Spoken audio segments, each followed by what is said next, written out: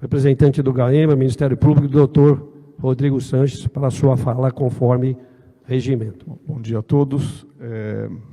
Primeiramente, queria agradecer o convite formulado para participar da audiência pública pelo Eduardo. Nós temos aqui uma situação não tão comum, né? Temos a 4ª Promotoria de Justiça de Valinhos, analisando o processo de revisão do plano diretor, e temos também o Grupo Regional de Meio Ambiente, o GAEMA, da qual eu faço parte, também fazendo esse acompanhamento.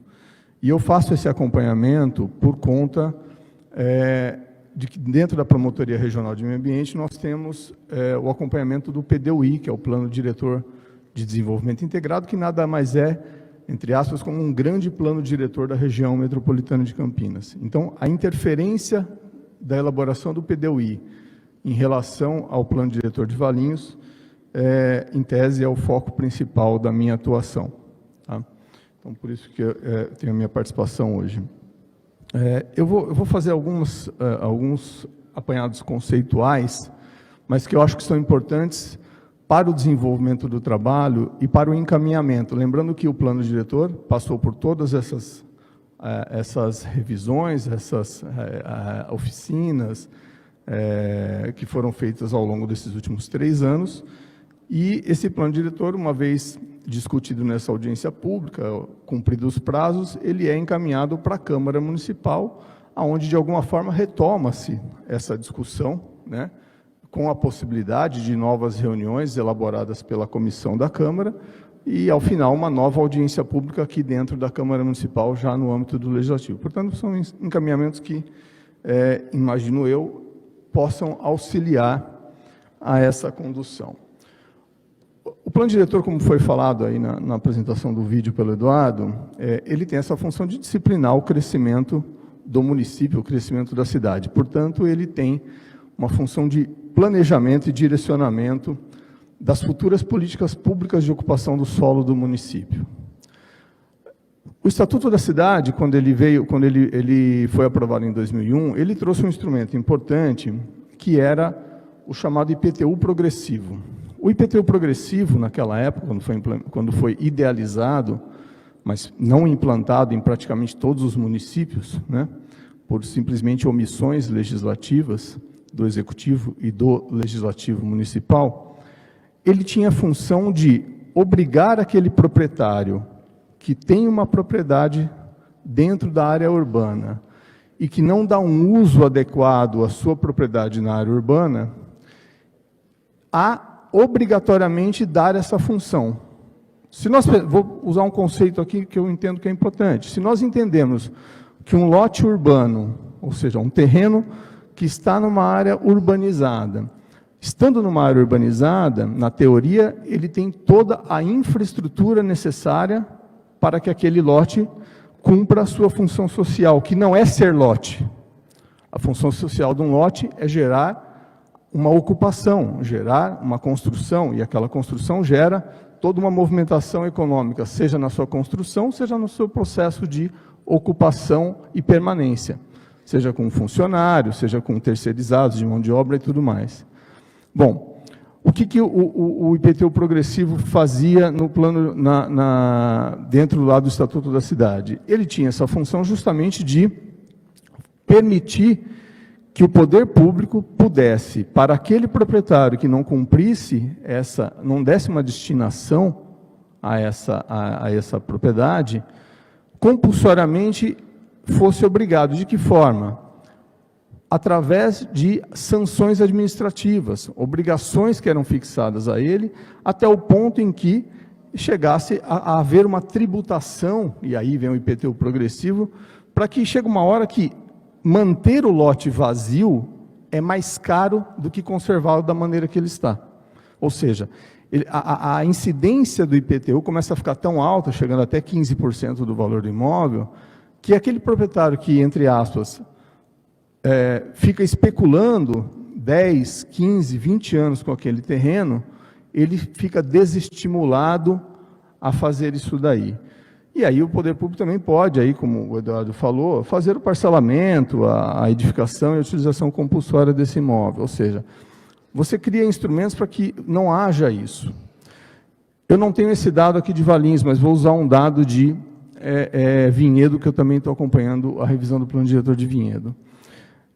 Num levantamento de imóveis vazios, leia-se terrenos, no município de Vinhedo, chegou-se à identificação de terrenos que estão há 25, 30 anos vazios no mesmo lugar, muitas vezes em loteamentos fechados. Ou seja, pode ter várias situações, pode estar em inventário, tem várias situações que podem acontecer para aquele terreno estar vazio, mas o fato é que esse terreno, ele tem toda uma infraestrutura urbana por trás dele, de água, luz, transporte público, iluminação, né?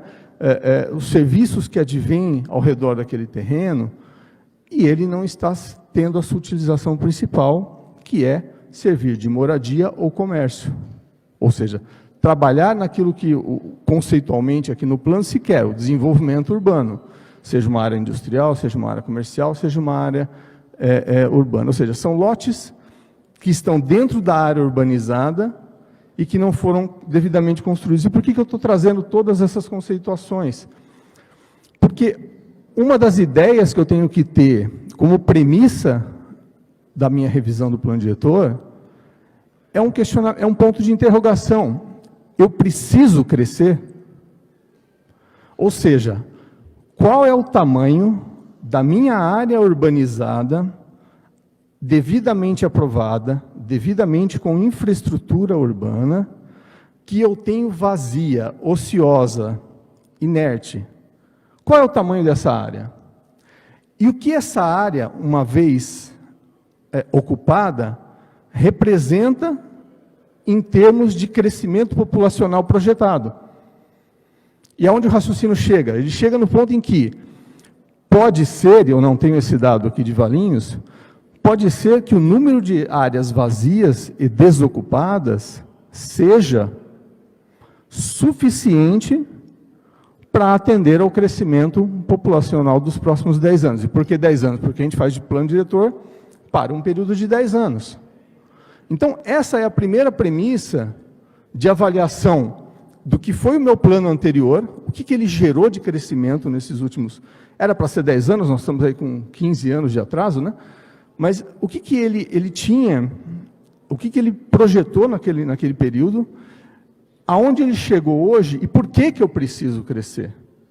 Porque o crescimento, ele pode se dar na base de 2%, não estou dizendo aqui que a cidade não precisa crescer, por favor, não faça a interpretação errada das minhas palavras. Pode ser que esse crescimento, ele seja em 2%, em 5%, em 10%, em 20%, eu não sei.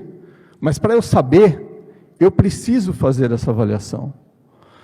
E essa avaliação, ela passa diretamente pela discussão, e aqui eu coloco isso como um dos pontos importantes, de como que esses instrumentos da política do Estatuto da Cidade deveriam ter sido implementados, porque não foram. Ok, estão previstos agora, mas eu só vou saber o resultado quando eles forem implementados. E aí, algumas coisas me chamam a atenção. Por exemplo, numa apresentação que o município fez, eu não tenho esse dado oficialmente na minha mão, eu estou tirando de uma apresentação, nós teríamos um total de 4.490 lotes vazios hoje no município. Tá? Desses 4.490, pelo que apresenta no quadro, 2.943, ou seja, um pouco, quase 2/3 aí, seriam lotes até 500 metros quadrados. Ou seja, não são lotes pequenos. Lotes até 500 metros quadrados, em qualquer município, não são lotes pequenos. E aí, me causa estranheza, porque na disciplina, é uma estranheza no sentido mais técnico, porque ela deveria ser melhor discutida, né? Não é aqui qualquer aspecto pejorativo no que eu estou dizendo, mas ela tem que ser melhor discutida, é que na disciplina do projeto de lei do plano diretor, esses terrenos até 500 metros, eles são excluídos do IPTU progressivo. Por quê? O IPTU progressivo, não me interessa se o lote tem 200 ou 5.000 metros, a função social é a mesma, ele tem uma finalidade, muito pelo contrário, porque se ele tem até 500 metros, teoricamente ele atinge a massa da população. Então, ele deveria muito mais ser incluído na obrigatoriedade de que ele gerasse moradia, comércio, né? Ou seja, de que ele gerasse desenvolvimento. Palavra-chave aí, que nós estamos querendo buscar aqui, mas desenvolvimento com processo de qualidade de vida. Então, primeiro apontamento mais detalhado do que eu quero dizer, em relação à questão da gestão dessa cidade. Quer dizer, se nós temos um número de lotes vazios como esse, o processo de crescimento, ele deveria ser autorizado apenas quando esses instrumentos estivessem efetivamente implementados e mapeados os seus resultados. Ou seja, eu preciso avaliar se no meu desenho atual eu tenho, uma vez ocupado ou tentado ocupar esses 4.500 lotes mais ou menos, eu possa chegar num denominador em que talvez eu faça uma autoavaliação de não ocupação, ou seja, ou de não crescimento. Então, por isso que eu falei agora há pouco, eu não estou dizendo que a cidade não precise crescer, mas eu estou dizendo que eu preciso ter dados concretos para que eu faça essa permissão. Quando a prefeitura apresenta o seu projeto, né, e aí é sempre aquela ideia quando eu olho o copo meio cheio ou meio vazio, a proposta, nós estamos crescendo pouco, menos do que na proposta original lá daquela outra empresa que era a GeoBrasília. Ok, talvez estejamos realmente crescendo menos, mas não é somente nessa porcentagem apresentada, porque as MDOs, elas trazem em si a possibilidade de ocupação, elas estão numa zona rural, mas que mediante a outorga onerosa elas podem se transformar em área urbanizada. Então essa é uma zona de crescimento, que tem que ser computada e demonstrada no total a ser apresentado pelo poder público como possibilidade de crescimento. E tem um dado aqui que eu não tenho em mãos, mas há um número de lotes industriais ociosos no município. Por que eu vou gerar novas áreas de crescimento se eu ainda tenho áreas ociosas? Por que estão ociosas? O proprietário... Eu quero saber assim... Veja... Se o proprietário está especulando com aquele imóvel, porque ele acha que o momento de alugar não é o ideal, ele tem que ser, entre aspas, punido por um IPTU mais alto, para dar uma destinação social àquele imóvel, e não eu gerar, porque outras áreas de aumento para essas áreas. Então, vamos lá. Essa é uma primeira questão que a gente tem que aqui colocar e depois trabalhar com essas discussões na Câmara, no projeto da Câmara Municipal. Se essa proposta for mantida da forma como ela está, esse aumento, principalmente nas MDOs, ou alguns aumentos na área urbana, eles precisariam ser melhor avaliados e condicionados à efetivação desses instrumentos de controle da política pública urbana previstas no Estatuto da Cidade. Então, eles têm um prazo aí previsto de regulamentação, mas esse prazo de regulamentação, ele precisa ser efetivado e avaliado na sua eficácia e na sua eficiência em relação à sua proposição. Então, esse é um primeiro ponto. E, na minha visão, né, olhando o plano diretor anterior, olhando esse processo de registro de alteração, o que nós temos? Hoje, esse IPTU progressivo, ele ocorre em parcelamento compulsório, IPTU progressivo, ele ocorre em algumas áreas específicas, ele ocorre nas chamadas zonas de centralidade, que estão lá elencadas no mapa lá da Lei de Uso e Ocupação do Solo, e para imóveis acima de 500 metros quadrados, ou seja, ele não atinge a totalidade dos imóveis do município.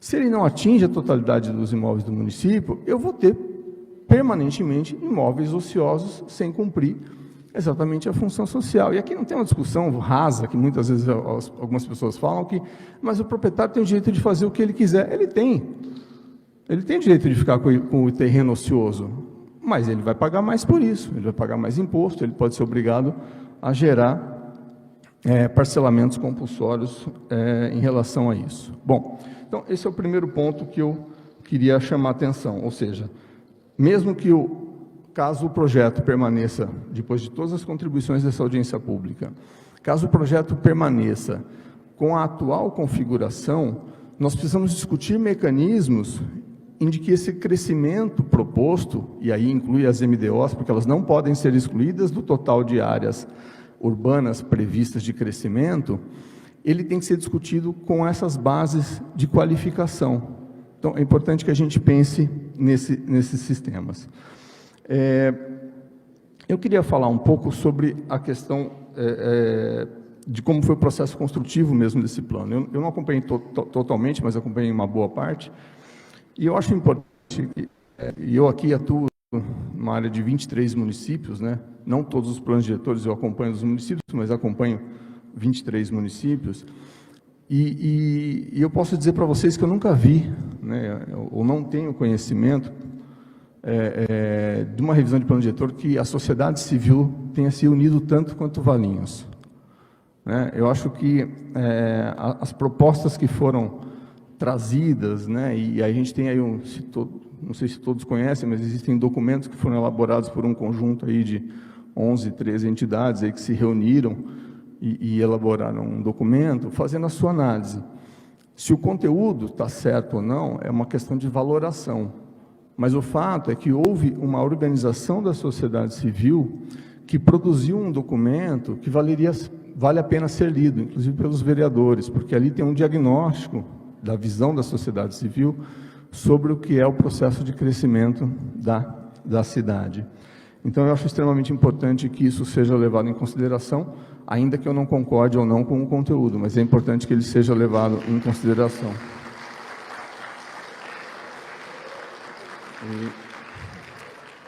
E não desmerecido pela sua elaboração, muito pelo contrário, né? Bom, a gente está elaborando um parecer técnico pelo nosso Centro de Apoio Operacional, então as questões mais técnicas vão vir nesse parecer e a gente vai dar encaminhamento, se der tempo ainda para a Prefeitura, ou se não, através já na Câmara Municipal, no processo de elaboração da Câmara Municipal. Então, eu não vou me deter a questões que estão mais relacionadas. Houve algumas diminuições importantes. Eu acho que a gente tem que pensar, e isso eu acredito que vai ser falado por algumas entidades, que a cidade, isso ocorreu lá em 2009, quando se tentou criar um aumento do bairro de São Bento, e naquela época nós discutíamos que não tem sentido urbanisticamente você criar zonas descentralizadas dentro da área do município. O município ele cresce a partir da sua mancha urbana consolidada, né? Quer dizer, quando você começa a criar ampliações de bairros que estão isolados e já têm seus problemas por estarem isolados, você tende a só acrescentar, porque você vai levar mais pessoas para lá, que vão demandar mais transporte público, mais serviços públicos, de uma área totalmente isolada, né? Essa foi, inclusive, um dos argumentos que nós utilizamos quando nós fomos contra, nos posicionamos contra a criação de uma área urbana isolada na região do Macuco, porque você estava criando uma área urbana isolada com toda a demanda futura de infraestrutura urbana e tudo mais, desvinculada da mancha urbana já organizada do município, né? E eu falo isso especificamente porque há uma proposta de criação de uma ZEIS lá na área do São Bento, né? E me parece que esse isolamento, justamente, de uma população mais vulnerável, que precisaria ficar mais próximos às centralidades dos serviços públicos, não me parece a melhor opção, né?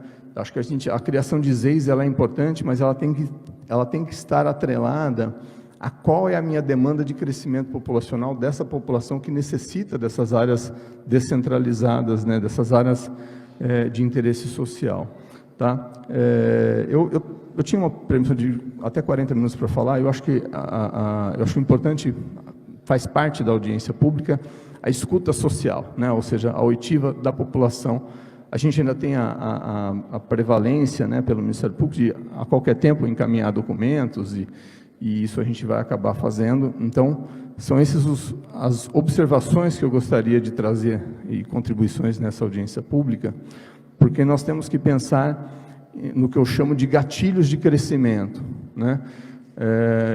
Se a gente pensar naquele número de lotes de terrenos que eu citei há pouco, né? Ou seja, nós temos um número de lá próximo a 4.500 lotes de terrenos não ocupados.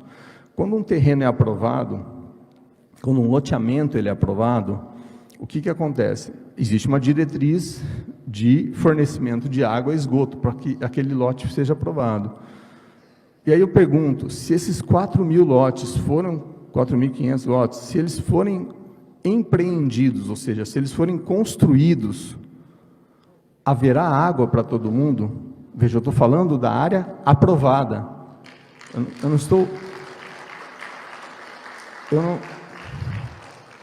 Eu não estou dizendo de algo que não, quando for vir a diretriz, nós vamos avaliar. Não, eu estou dizendo de áreas que, na sua maioria, pode ser que tenha alguns lotes ali que não tenham sido parcelados, ok? Mas, na sua grande maioria, provavelmente são terrenos com diretrizes aprovadas de fornecimento, né? E a gente vem vivendo, desde 2013, sucessivas crises hídricas que vão se repetir, que se diziam que repetiriam-se há 10 anos, elas se repetiram em menos, né?